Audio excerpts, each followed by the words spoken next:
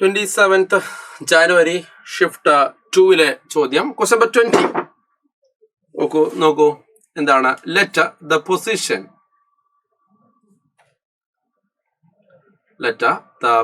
Vectors of the vertices ABC of a triangle. Okay, vertices ABC of a triangle is what this one and this one and this one respectively.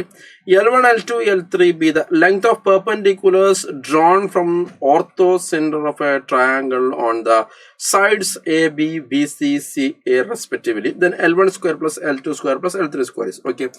So നമുക്ക് ആദ്യം എന്ത് ചെയ്യാം, നമ്മൾ ഈ ചോദ്യം ഒന്ന് വായിച്ച് ഒന്നും കൂടി പോസ് ചെയ്ത് നിങ്ങൾ വായിക്കാം. അതിനുശേഷം നമുക്ക് തന്ന സംഭവങ്ങൾ ഉപയോഗിച്ചിട്ട് നമുക്ക് ഒരു ഫിഗർ വരയ്ക്കാം. ഓക്കെ, ഫിഗർ വരയ്ക്കാം നമുക്ക്. ലിസൺ, ഇപ്പൊ ഫിഗർ തന്നു വെച്ചിട്ട് നമ്മൾ ആ പൊസിഷൻ വെക്ടേഴ്സ് ഓരോന്നായിട്ട് എന്ത് ചെയ്യാണ്, മാർക്ക് ചെയ്യാൻ വേണ്ടി പോവാണ്.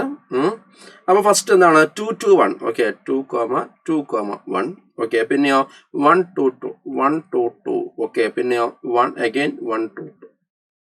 സോറി 2, 1, 2.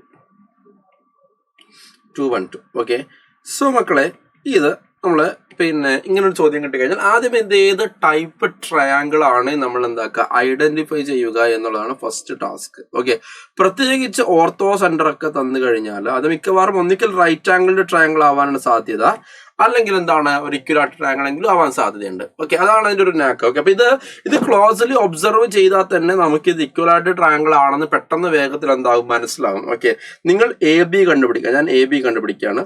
അപ്പൊ A B is equal to square root of 2 - 2 0, 1 - 2 is 1, 2 - 1. Okay, A B is equal to square root of 2 - 2 is 0, 2 - 1 1, 1 square 1. Okay, 1 + 1 അഥവാ A B is equal to നമുക്ക് എന്ത് കിട്ടും, √2 എന്ന് കിട്ടും. ഓക്കെ, നിങ്ങൾ അടുത്തത് നിങ്ങളൊരു കാര്യം ചെയ്യൂ, എ സി ചെയ്ത് നോക്കൂ. എ സി ചെയ്ത് കഴിഞ്ഞാൽ എ സിയും എന്ത് തന്നെയാണ് കിട്ടുക, 1 - 2 is square root of 1 - 1 square 1, 2 - 2 0, 2 - 1 is 1. Okay, അതും എന്ത് തന്നെയാണ്, √2 ആണ് കിട്ടുക. ഇതും √2 കിട്ടി, അതേപോലെ ഇവനും √2 കിട്ടി. അതേപോലെ നിങ്ങൾ ബി സി ചെയ്താൽ അവനും √2 കിട്ടും. ഓക്കെ അല്ലെ, അപ്പൊ അവരെയും എന്താ കിട്ടിയത്, √2 കിട്ടി അല്ലെ. That means this is what, this is equilateral triangle. Okay അല്ലെ, അപ്പൊ ഇക്വിലാറ്ററൽ ട്രയാങ്കിളിന് ഒരു പ്രത്യേകതയുണ്ട്. നമ്മളിവിടെ ഓർത്തോ സെന്ററിൽ നിന്നുള്ള ഡിസ്റ്റൻസ് ആണ് ചോദിച്ചിരിക്കുന്നത് അല്ലെ.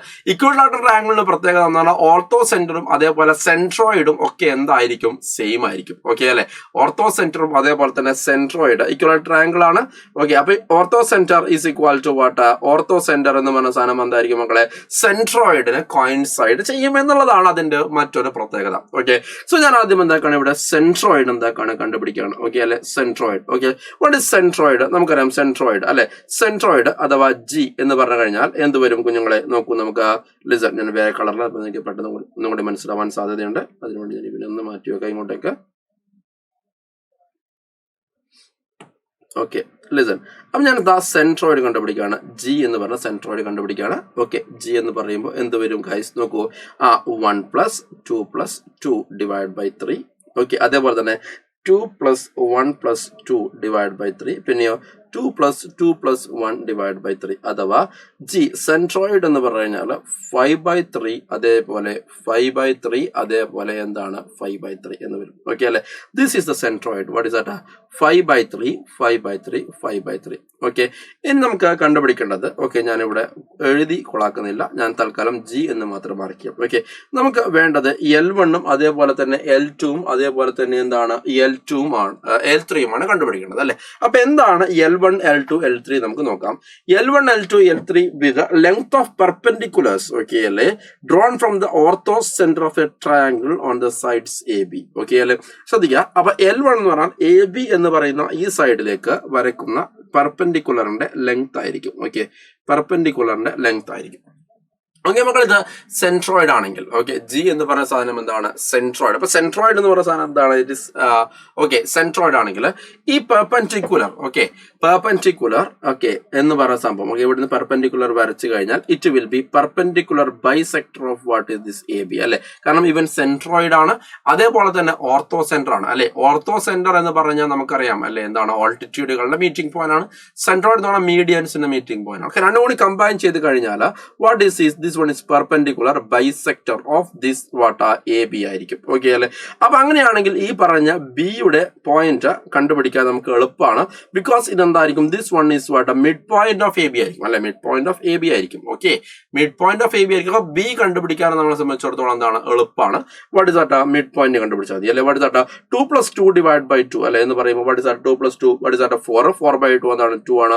ഇനി 2 + 1 3 ഡിവൈഡ് ബൈ 2 അല്ലെ 1 ഇതും എന്താണ് 3/2 എന്ന് വരും. ഓക്കെ അല്ലെ? ഓൾറെഡി നേരത്തെ നമ്മൾ സെൻട്രോഡ് കണ്ടുപിടിച്ച് വെച്ചിട്ടുണ്ട് എന്താണ് 5/3, അതേപോലെ തന്നെ ഏതാണ് 5/3, അതേപോലെ ഏതാണ് 5/3. ഓക്കെ അല്ലെ? ദെൻ ഇനി നമ്മൾ എന്താക്കിയാൽ മതി, ഈ L1 എന്ന് പറഞ്ഞു കഴിഞ്ഞാൽ വാട്ട് ഇസ് ദാറ്റ് ആ ഡിസ്റ്റൻസ് ഫോർമുല ഉപയോഗിച്ച് നമ്മൾ കണ്ടുപിടിച്ചാൽ മതി. ഓക്കെ അല്ലെ? What is L1? അപ്പൊ ഡിസ്റ്റൻസ് ഫോർമുല ഉപയോഗിച്ച് നമുക്ക് എന്ത് കണ്ടുപിടിക്കാം മക്കളെ? L1 എന്ന് കിട്ടി അല്ലെ? What is that L1 is what square root of okay what is that 5/3 - 2 the whole square അല്ലെ? 5/3 - 2 the whole square അല്ലെ? പിന്നെ അടുത്തത് 5/3 - 3/2 the whole square. 5/3 - 3/2 the whole square. Okay, plus what is next?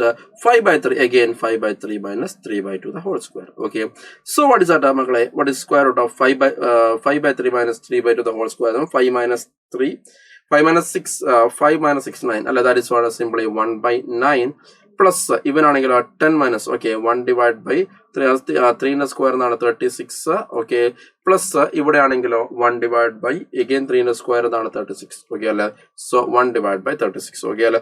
So simply ചെയ്യുകയാണെങ്കിൽ നമുക്ക് എന്ത് കിട്ടും guys? Okay, ശ്രദ്ധിക്കുക, L is equal to അല്ലെ ഇത് നമുക്ക് എന്താക്കാം 4 ഡിവൈഡ് ബൈ 36 അല്ലെ പ്ലസ് 1 ഡിവൈഡ് ബൈ 36 പ്ലസ് 1/36 അല്ലെ എന്ന് എഴുതി കഴിഞ്ഞാൽ L1 ആണല്ലേ ഇത്. അപ്പൊ L1 is equal to 6 root of 6 divide by 36 അഥവാ L1 is equal to what root of 1/6 എന്ന് വരും. ഓക്കെ അല്ലെ? സോ അപ്പൊ അങ്ങനെയാണെങ്കിൽ L1 square is equal to നമുക്ക് 1/6. മക്കളെ ഇതേപോലെ L2 സ്ക്വയറും L3 സ്ക്വയർ ഒക്കെ ആർക്ക് ഈക്വൽ ആയിരിക്കും? L1 സ്ക്വയറിന് ഈക്വൽ ആയിരിക്കും. ഓക്കെ അല്ലെ?